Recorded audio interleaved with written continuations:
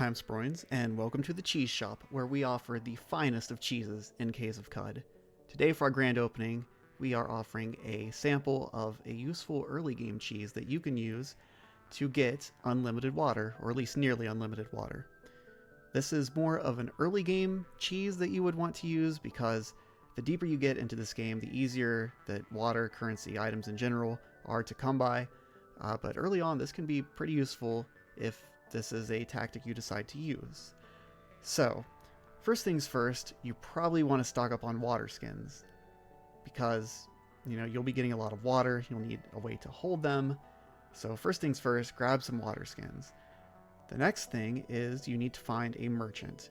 Now, this trick works with every merchant, but some are a little bit better options than others.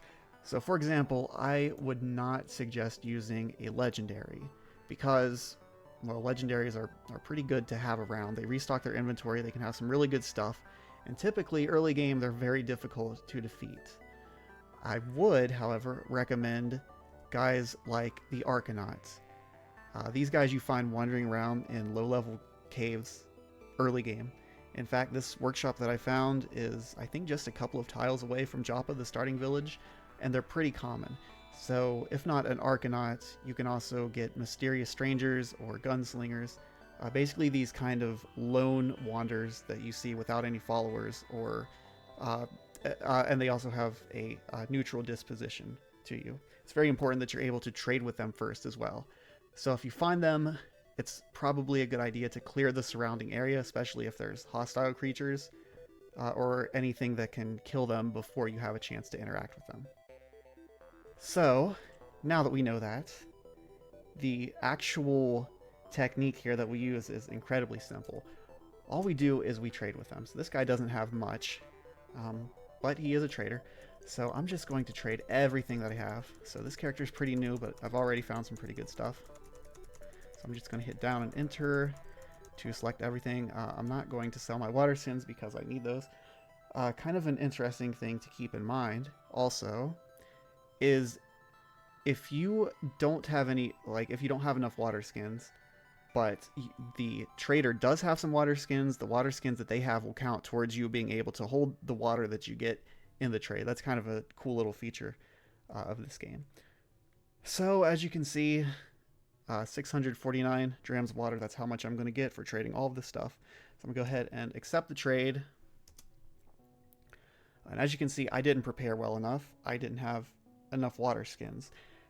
So note, if you hit yes at this point, you're going to be undercutting yourself by however much the difference is between how much you're getting and what the actual trade value is going to be. So I'm missing out on quite a bit of drams here, but I will get 389 from that.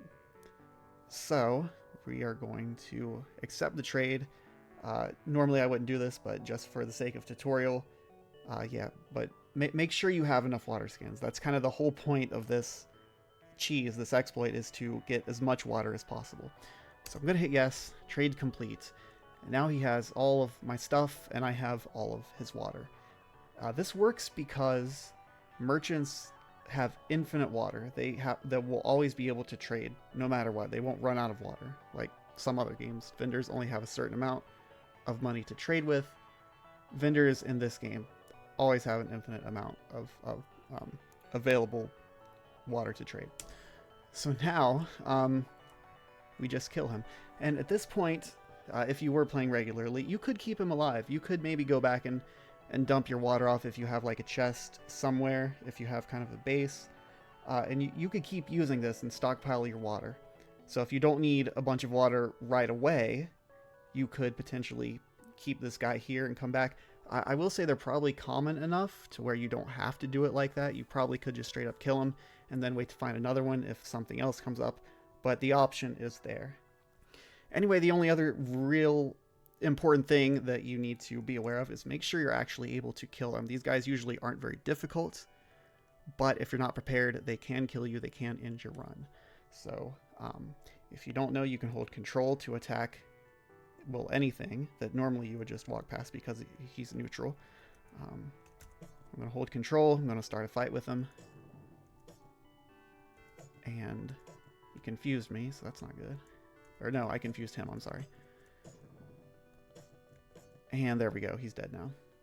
So, we just take all of our stuff back. And now we have all of our stuff, and we have all of the water that he traded for our stuff. And that's it. It's just that easy. That's going to be it for today's Caves of Qud cheese.